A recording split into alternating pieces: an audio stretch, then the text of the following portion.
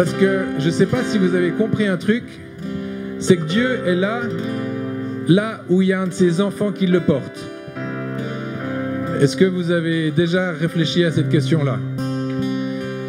Parce qu'on dit oui Seigneur, remplis l'atmosphère, oui remplis l'atmosphère, remplis l'espace, oui remplis l'espace, remplis cette ville de ta présence, oui. Et ça c'est des déclarations qu'on fait, et puis lui il nous regarde et il dit pourquoi tu restes sur ta chaise? Parce que nous sommes les ambassadeurs de Christ, parce que nous sommes ceux qui portons Dieu en nous. Donc là où nous sommes, Dieu est. Alors quand on prie que le Seigneur envahisse toute la ville, en fait on est en train de dire que moi là où je suis, je dois rayonner de sa présence, de sa gloire, de qui il est, là où je suis. Et puis on pourra prier, avoir des prières comme ça, oui Seigneur envahis la ville, si on reste dans notre église, et puis si on n'est pas l'église là où on travaille, là où on est, Dieu n'envahira pas la ville. Ah eh oui, parce que nous sommes ses ambassadeurs, nous sommes ceux qui portons la présence de Dieu partout là où on va. Amen. Donc si on veut que dans cet espace, chaque coin de la pièce soit empreint de la présence de Dieu, il faut simplement qu'on utilise tout l'espace. Alors ce soir on n'est pas très nombreux. Je sais pas si les flous, comment on dit, sanitaires n'aident pas. On ne sait pas si on est un truand quand on va à l'église. Hein? Ah, c'est les vacances. Ah oui, c'est les vacances aujourd'hui. Ouais, il y a plein de facteurs. On se trouve des excuses, tu sais. Bon, je vous invite à vous lever. Et puis on veut accueillir Dieu, sa présence dans nos vies. Le moment de la célébration, c'est vraiment un temps où on devrait pouvoir juste prendre du temps, et c'est ce qu'on va faire tout à l'heure, pour se raconter les bontés de l'Éternel. Aujourd'hui, on a toute une équipe qui viennent de... On a le droit de dire, c'est légal, si c'est diffusé, vous avez passé la frontière. Non, vous étiez déjà en France de toute façon. Mais toute une équipe de Genève et de France voisine, et notamment Elvire Dieny qui va nous apporter ce qu'elle a sur le cœur aujourd'hui. Mais c'est exactement, je pense qu'elle ne va pas pouvoir nous donner ce qu'elle n'a pas reçu. Et donc ce qu'elle a reçu, elle va vouloir nous le donner avec passion, parce que c'est une femme passionnée. Et c'est ce que Dieu attend de chacun d'entre nous. Et c'est ce que je vous demande, ou ce que je vous propose, non je vous le demande, mais je vous propose de pouvoir le faire déjà pendant la louange. De commencer à ouvrir cette voie entre le ciel et la terre, où alors qu'on regarde le ciel, on peut se plonger dans les yeux du Père et dire oui Seigneur, merci pour ça, merci pour cette situation-là, merci pour ça, tu es un Dieu merveilleux, et commencer à louer avec notre bouche et de reconnaître qui il est. Amen. Alors c'est ce qu'on veut faire. Vous êtes prêts? Are you ready? Yes.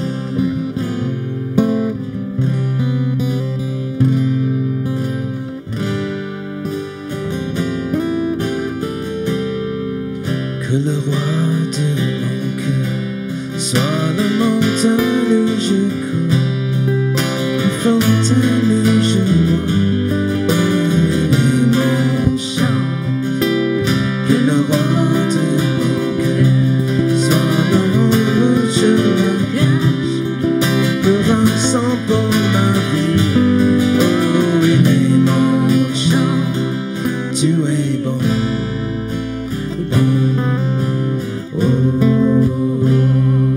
Tu es bon, bon, oh.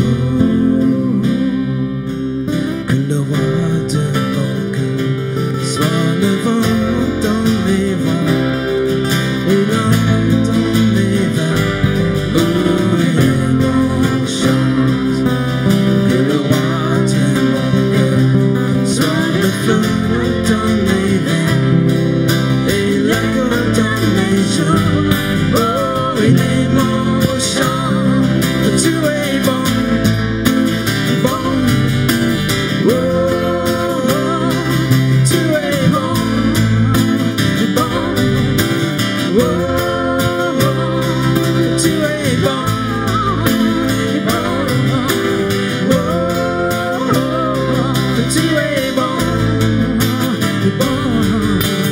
oh, tu es bon,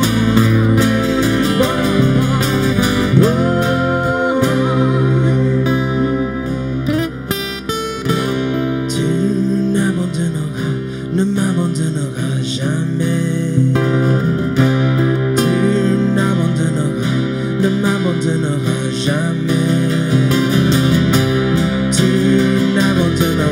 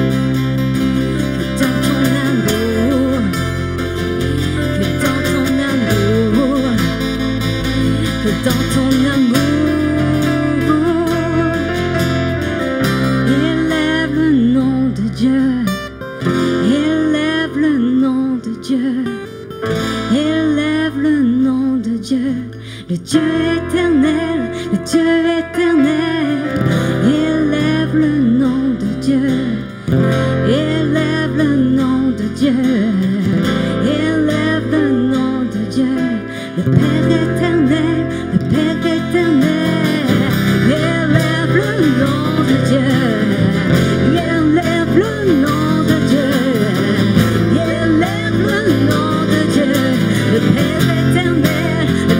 éternel,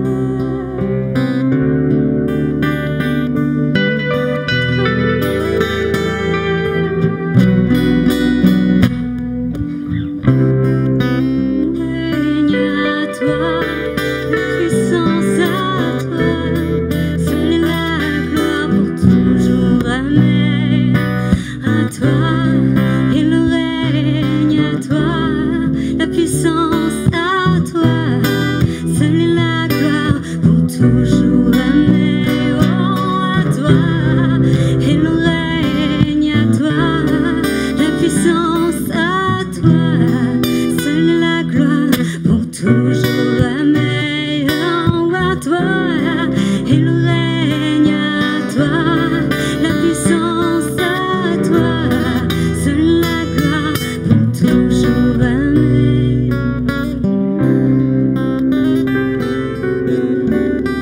pour toujours aimer, pour toujours aimer. Pour toujours aimer.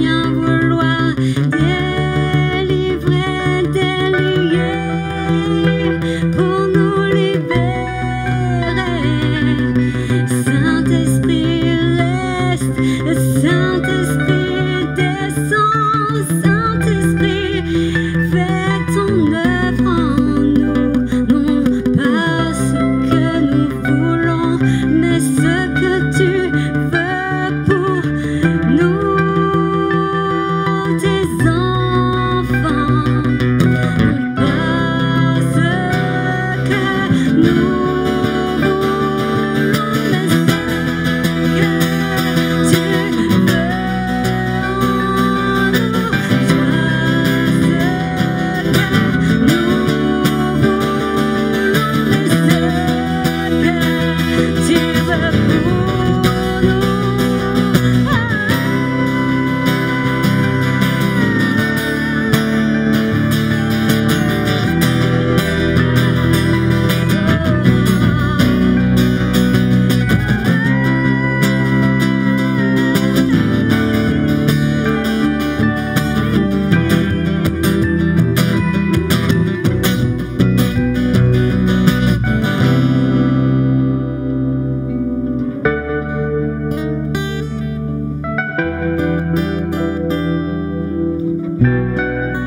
À toi j'ouvre mon cœur, Seigneur.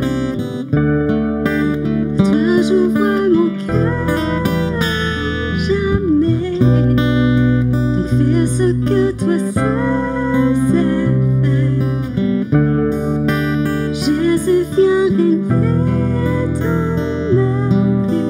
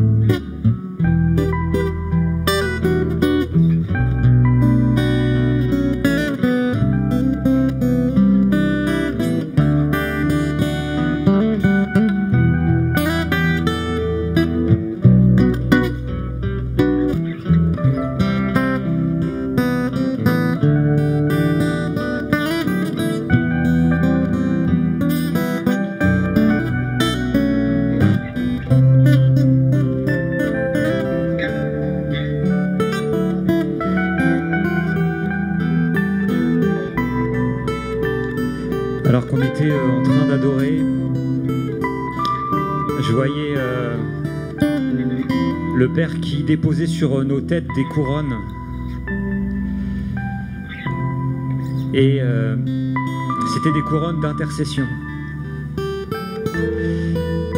Et il y a une particularité lorsqu'on s'approche de Dieu et qu'on l'adore, c'est que nos cœurs commencent à s'aligner sur le sien. Et que nos désirs commencent à s'aligner sur ceux de son cœur. Et on ne peut pas s'approcher de lui dans l'adoration sans être comme pénétré par un profond besoin d'intercession. Et alors qu'on était en train de le louer, je voyais qu'il déposait dans l'adoration des couronnes d'intercession sur nos têtes.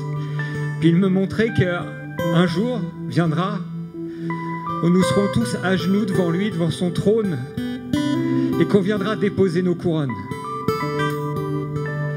Et puis il me montrait Jésus qui était avec, quand il avait 12 ans dans le temple, et que ses parents le cherchaient. Puis ils sont venus le voir en lui disant, mais on t'a cherché pendant 3 jours où tu étais. Et puis il disait, mais ne savez-vous pas que je dois m'occuper des affaires de mon Père? Il n'était pas en train de faire un point de théologie en essayant de convaincre des scribes et des pharisiens ou des docteurs de la loi. Non, son cœur d'intercesseur était là pour ces hommes qui avaient besoin de rencontrer le Père. Il a fait pareil avec Judas, juste avant qu'il trahisse 7 fois autour du repas. Son cœur d'intercesseur vibrait. Et il a déposé, le Père a déposé sur nos vies des couronnes d'intercession qu'un jour on déposera devant lui. Est-ce que tu veux laisser ton cœur s'aligner sur le sien dans l'adoration au point que l'intercession devienne comme plus qu'une évidence, quelque chose que tu ne peux pas t'empêcher de faire parce que ton cœur brûle comme le sien.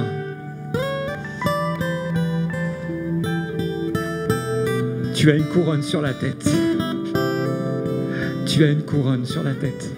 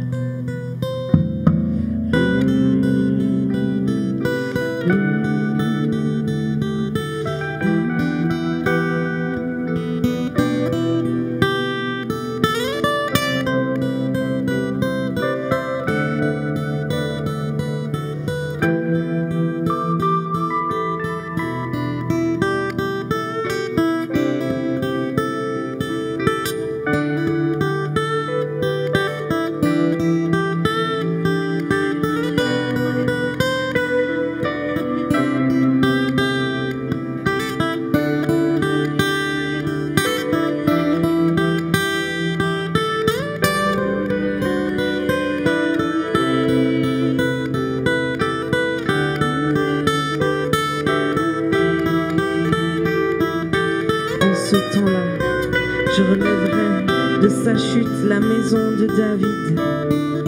J'en réparerai les brèches, j'en redresserai les ruines, et je la rebâtirai comme elle était autrefois, afin qu'il possède le reste des hommes et toutes les nations sur lesquelles mon nom a été invoqué, dit l'Éternel qui accomplira ces choses.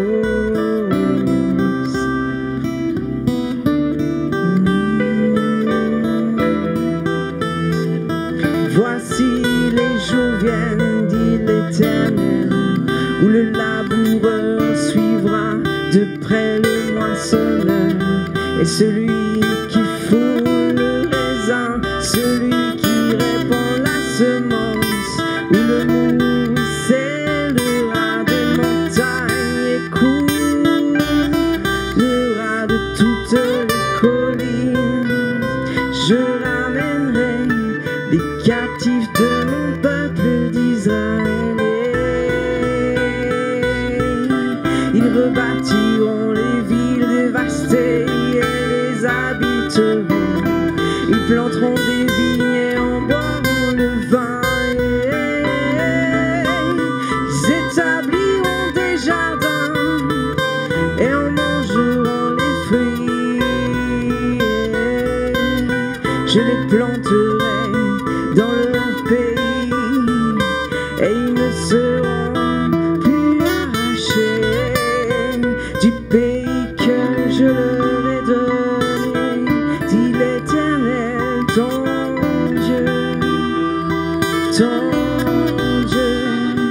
En ces temps-là, je relèverai de sa chute la maison de David.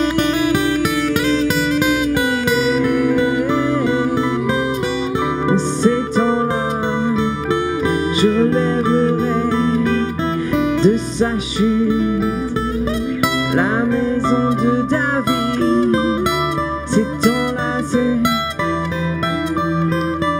C'est enlacé aujourd'hui, maintenant.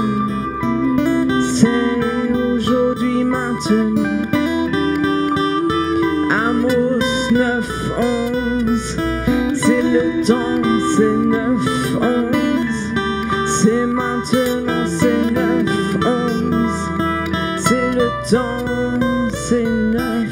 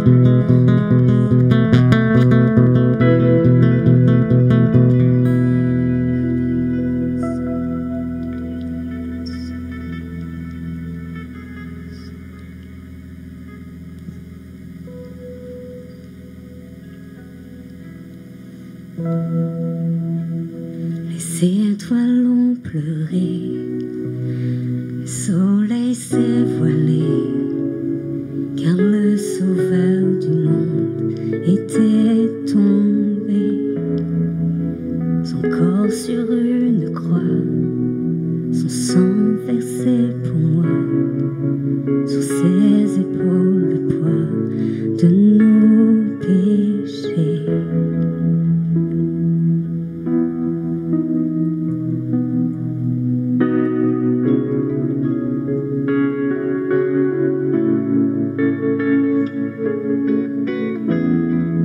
Son tout dernier souffle, le ciel s'est détourné, le Fils de Dieu gisait dans les ténèbres.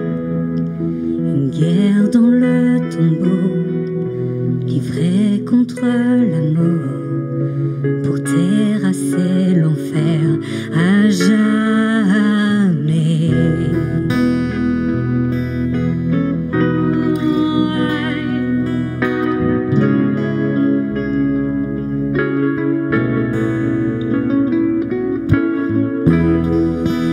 Les étoiles ont pleuré, le soleil s'est voilé, car le sauveur du monde était tombé.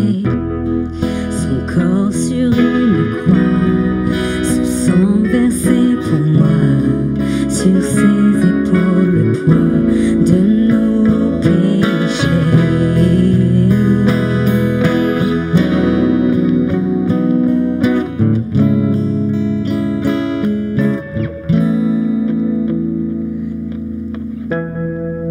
À son tout dernier souffle, le ciel s'est détourné, le Fils de Dieu gisait dans les ténèbres. Une guerre dans le tombeau, livrée contre la mort, terrasser l'enfer à jamais.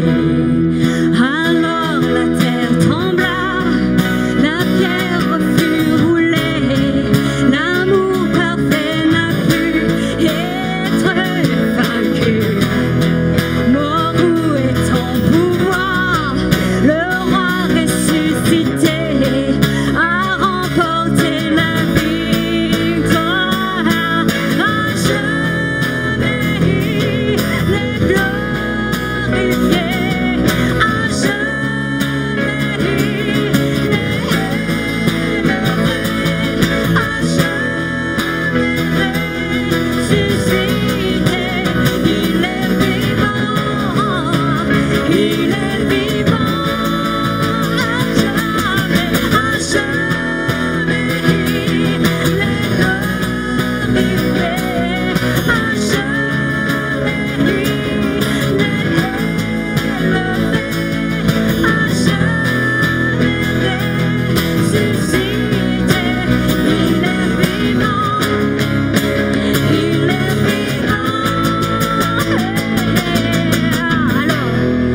alors la terre trembla, le roi ressuscité a fait rouler la pierre, l'amour parfait pas vaincu. La mort est reçue, la mort n'a pas réussi à le vaincre, l'amour est ressuscité.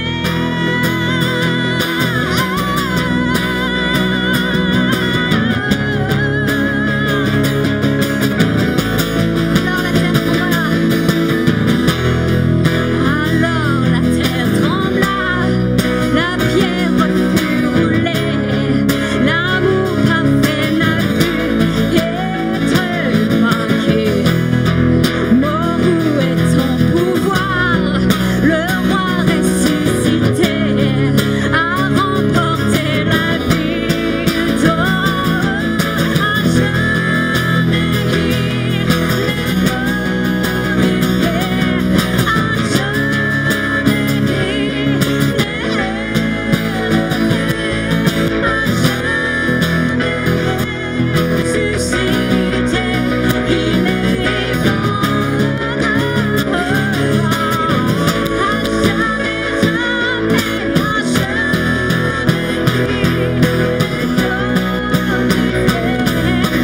À Alors la terre trembla, la pierre fut roulée, l'amour parfait n'a pu être vaincu. Mort où est ton pouvoir, le roi ressuscité a remporté la victoire. À jamais les glorifier, à jamais les élever, à jamais les susciter. Il est vivant, il est vivant.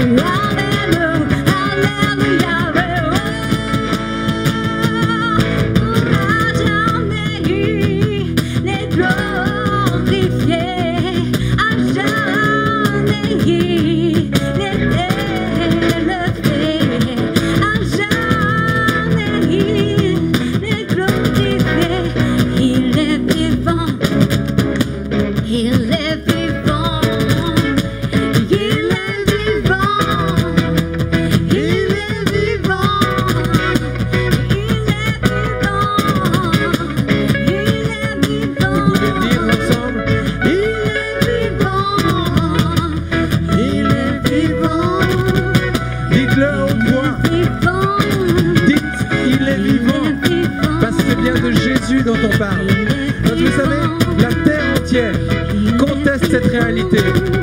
Toutes les religions contestent cette réalité, que le Fils de Dieu est vivant. Alors c'est ça que nous devons proclamer. C'est ça que nous devons proclamer dans nos églises. C'est de reconnaître que Jésus s'est fait homme, que Dieu s'est fait homme en Jésus, et qu'il est mort, ressuscité, et qu'il est vivant. C'est juste de ça dont il s'agit. Et c'est ça qui change tout. Il est vivant. Alors il est vivant pour ma vie, il est vivant pour ta vie, il est vivant pour ta famille, il est vivant pour ceux qui sont là dehors, qui n'ont pas encore entendu ce message. Mais il n'y a rien qui change au fait que Jésus est vivant. Et il n'y a rien qui change au fait que Jésus a vaincu la mort. On peut ne pas y croire, c'est vrai, mais ça ne change rien au fait qu'il l'a fait.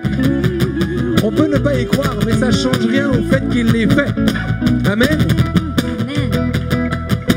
Alors c'est une réalité qui est là, qui est concrète, qui est manifeste dans ceux qui le reconnaissent.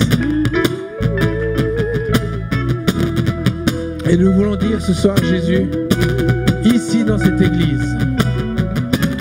Alors je peux parler en mon nom, mais j'ai aussi envie de parler au nom de cette assemblée. On se réunit ici, en ton nom, Jésus. Et nous voulons proclamer cette réalité que nous essayons de comprendre, que nous te demandons de nous révéler encore et encore. Parce qu'on a bien réalisé que, oui, on t'a cru, on a cru que tu étais vivant. D'ailleurs, on a plongé dans les eaux du baptême en proclamant cette réalité-là. Et on est mort et ressuscité en toi. On s'est identifié à ça.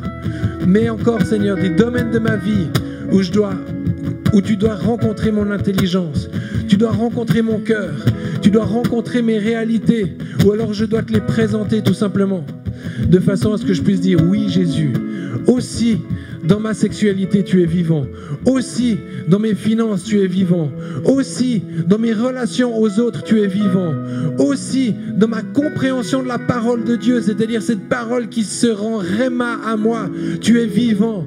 Oui, la parole elle devient vivante pour ma vie.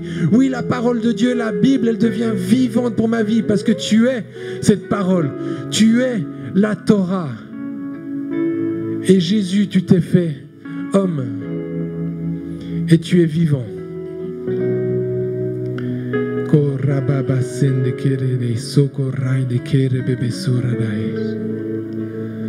Vous savez, le juif dit que Dieu a créé la terre et tout ce qui s'y trouve par la Torah. C'est parce que la Torah a parlé que Dieu a créé. Et nous reconnaissons que Jésus est la parole. Et que sans lui, rien de tout ceci serait. Alors parfois, on voit le Jésus petit dans son... J'allais dire dans son écuelle, c'est pas une écuelle, c'est dans un mangeoire. Dans sa mangeoire. Et on voit le petit Jésus. Mais bien sûr qu'il a dû se faire petit. Parce qu'il a dû nous montrer la voie de l'humilité, de la fragilité, de ce que nous sommes nous tous. Mais il est Dieu et il est 3 fois saint. Et Seigneur, on veut te laisser toute la place, ici et dans nos vies. Et on veut te remercier pour ce début de semaine, qu'on veut te consacrer totalement. On veut te dire oui, Jésus. C'est à toi qu'appartient ma vie, c'est à toi qu'appartient cette semaine et tout ce que je vais pouvoir y faire. Amen. Amen.